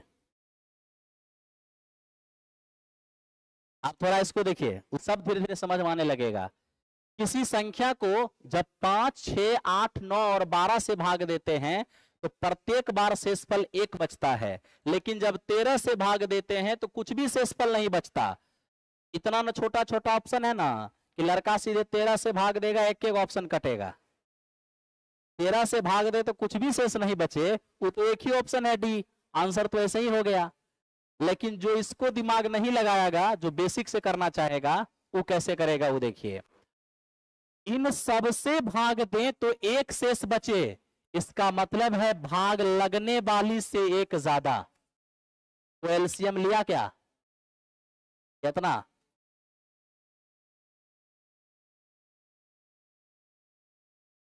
सही बोल रहा है ना। अच्छा ठीक है, इन सब का एलसीएम 360 और प्लस 1, यानी रिजल्ट हमारा 361। लेकिन 361 वो संख्या है जिसमें इन सब से भाग देंगे तो एक शेष बचेगा, लेकिन 13 से कटना भी तो चाहिए। क्या 13 से कट रहा है, नहीं, इसका मतलब ये आंसर नहीं होगा। तो फिर हमारा आंसर हमारे एलसीएम के किसी मल्टीपल से एक ज्यादा होगा। किस मल्टीपल से, उस मल्टीपल से जिससे कि 13 से कट जाए। अब के का मान क्या रखें, इसके लिए छोटा सा एप्टीट्यूड यूज करना। 13 से कटने वाला को साइड कर दो, तो 13 दूना 26, 260 तो सीधे लग रहा है 13 से कट जाएगा, साइड कर दो। 360 में 260 साइड करोगे 100 बचेगा। 13 सते 91, 91 को भी साइड कर दो, तो 260 साइड किया तो 100 बचा, और 100 में 91 साइड कर दिया तो 9 बचा, और प्लस में 1 है। देखो ये 13 से कट रहा है, जाना चाहते हैं तो जा सकते हैं, कोई दिक्कत नहीं है। ठीक है, ये तो 13 से कट गया, बस इसको 13 से कटने के लायक बना दो। इसके लिए के का मान क्या रखना होगा? 1 2 3 4 रखो ना, 10 रखोगे तब 13 7 91 कटेगा, यानी के का मान 10।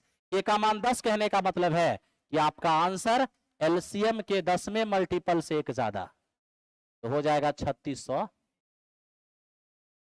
ठीक है, आइए अब हम चलते हैं थर्ड लास्ट क्वेश्चन पर, और थर्ड लास्ट क्वेश्चन को देखते हैं। एक बेईमान व्यापारी 12.5% की हानि पर अपना सामान बेचता है, लेकिन 36 ग्राम के बजाय 28 ग्राम तौलता है, तो बताइए उसका लाभ क्या होगा? सबसे पहले मुझे ये बताओ, 12.5% का मतलब क्या होता है?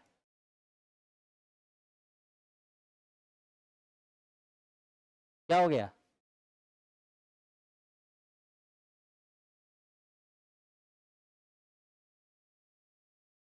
यह है, अच्छा ठीक है हम करा देते हैं, घबराओ मत। कितना दिन से बोल रहे हैं कि क्वालिटी 10,080 तक ले जाइए। अरे हम टेक्निकल टीम थोड़ी है कि 10,080 तक ले जाएंगे। बात करते हैं, रुको ना, हड़बड़ा कह रहा है। चलिए ठीक है, हम पहले बात आ गया तो कर लेते हैं। 12.5% की हानि का मतलब होता है 1/8 की हानि। सीपीएसपी का रेशियो लीजिए, बोलिए 1/8 का हानि मतलब सीपी कितना? 8। 1 की हानि पर बेचेंगे तो उसके बाद क्या बोला? 36 ग्राम के बजाय 28 ग्राम तौलता है। इसका मतलब ये हुआ पैसा लेता है 36 ग्राम का और तौल कर देता है 28 ग्राम। सॉल्व करोगे 7 चौके 28, ठीक है, और 4 नमे 36, हो जाएगा 8 और इधर 9। फाइनली 8 की चीज बेचा कितने में? 9 में। कितने का लाभ? 1 का। किस पर? 8 पर। तो बताओ 100 पर क्या होगा? 12.5। ऑप्शन नंबर कौन सा? इसको देख लो, सेकेंड लास्ट। एक कंपनी अपने सामान को 15% की छूट पर बेचती है तो 19% का लाभ होता है। बाद में सीपी को बढ़ाओ, फिर नया एमपी बनाओ, अभी भी छूट पहले जितना दो तो कितने का लाभ होगा? ये क्वेश्चन बहुत महत्वपूर्ण है, क्योंकि ये एग्जामिनेशन में सेम डाटा के साथ क्वेश्चन आ जाता है, और आंसर भी आपको एकदम एक बार बना लीजिएगा तो याद रहेगा। आइए देख लेते हैं। पहली बात, छूट देने से अगर लाभ होता है तो सीपीएमपी में एक रिलेशन होता है, 100 माइनस छूट से सीपी और 100 प्लस लाभ से एमपी। 17 पचे 85, ठीक है, और 17 सते 119, ये हो गया सीपी, हो गया एमपी। आगे इस पर परसेंटेज एक्शन करना है तो 500 700 कर लो, कोई फर्क नहीं पड़ेगा, 2 जीरो 2 जीरो फिर से कट जाएगा। वो कहा सीपी को बढ़ा दीजिए, तो सीपी को कितना से बढ़ाइए? 12 से। 12 पंचे 60, 60 बढ़ाइएगा तो 500, ये आपका नया सीपी हो गया। फिर वो कहा कि सर एक नया एमपी बनाइए जो पहले से 10% ज्यादा हो। तो पहले से 10% अगर आप बढ़ाइएगा तो 70 बढ़ेगा तो 770, ये हो गया आपका नया वाला एमपी। अब वो कह रहा है क्या कि अभी भी समान छूट देते हैं, और अभी भी समान छूट का मतलब जितना छूट पहले देते थे उतना ही छूट हम अभी भी देते हैं। तो 15% का अगर छूट दीजिएगा तो देखिए 15% कैसे निकालते हैं, एक अंक पहले दशमलव डाल दिए ना तो हो गया 10%, 10% को आधा कर देंगे तो हो जाएगा 5%, 10% में 5% जोड़ दीजिए तो हो जाएगा 15%, 115.5। अब 115.5 इसमें से छूट दीजिए, ये हो जाएगा 0.5, ये 9, 9 में से 5 जाएगा तो 4, ये रहेगा 6, 6 में से 1 गया तो 5, 7 में से 1 गया तो 6। फाइनली आप इतना में बेचिएगा, तो आप ही बताइए, तो 560 का चीज 654 में बेचेंगे तो लाभ कितने का? तो लाभ हो जाएगा 94.5 का। कितना की सीपी पर? 560 की सीपी पर इंटू 100, आंसर 16.87। याद रखिएगा इसको, ये यादें रहेगा डाटा। ठीक है, और इस तरह से आज का अंतिम सवाल। अंतिम सवाल बहुत आसान है, इस प्रॉब्लम का है।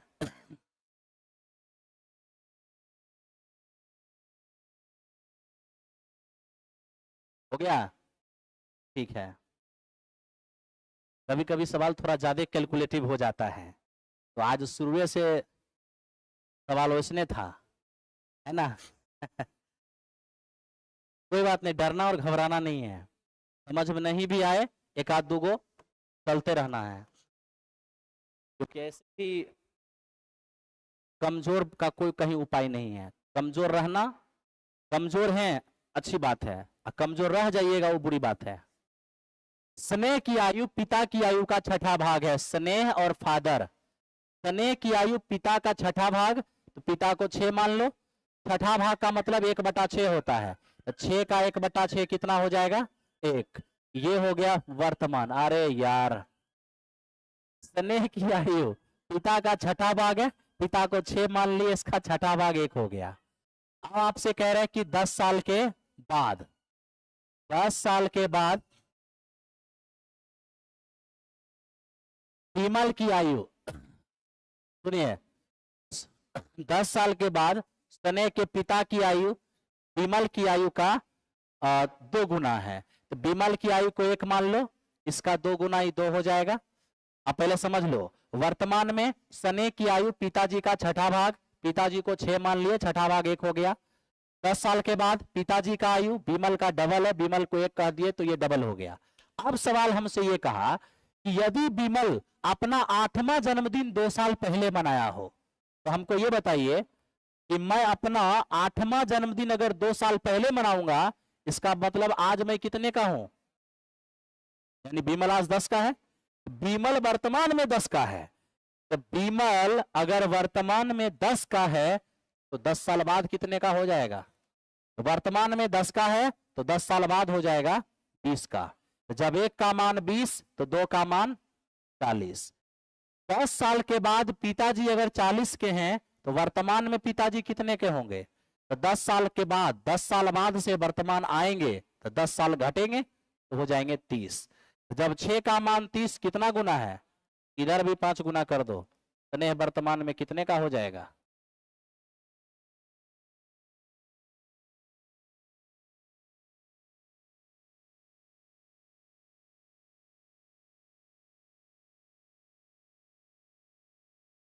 है क्या है?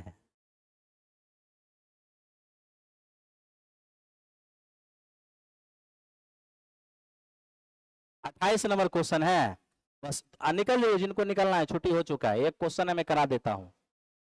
आर्टिकल और ये आपका प्राइस है, 2 रुपया में 5 की भाव से, तो पहले खरीदा है 2 रुपया लगाया 5 वस्तु, उसके बाद 3 रुपया में 7 की भाव से खरीदा, लेकिन जब बेचने की बारी आई है तो सभी वस्तु को 6 रुपया में 5 की भाव से बेच दिया।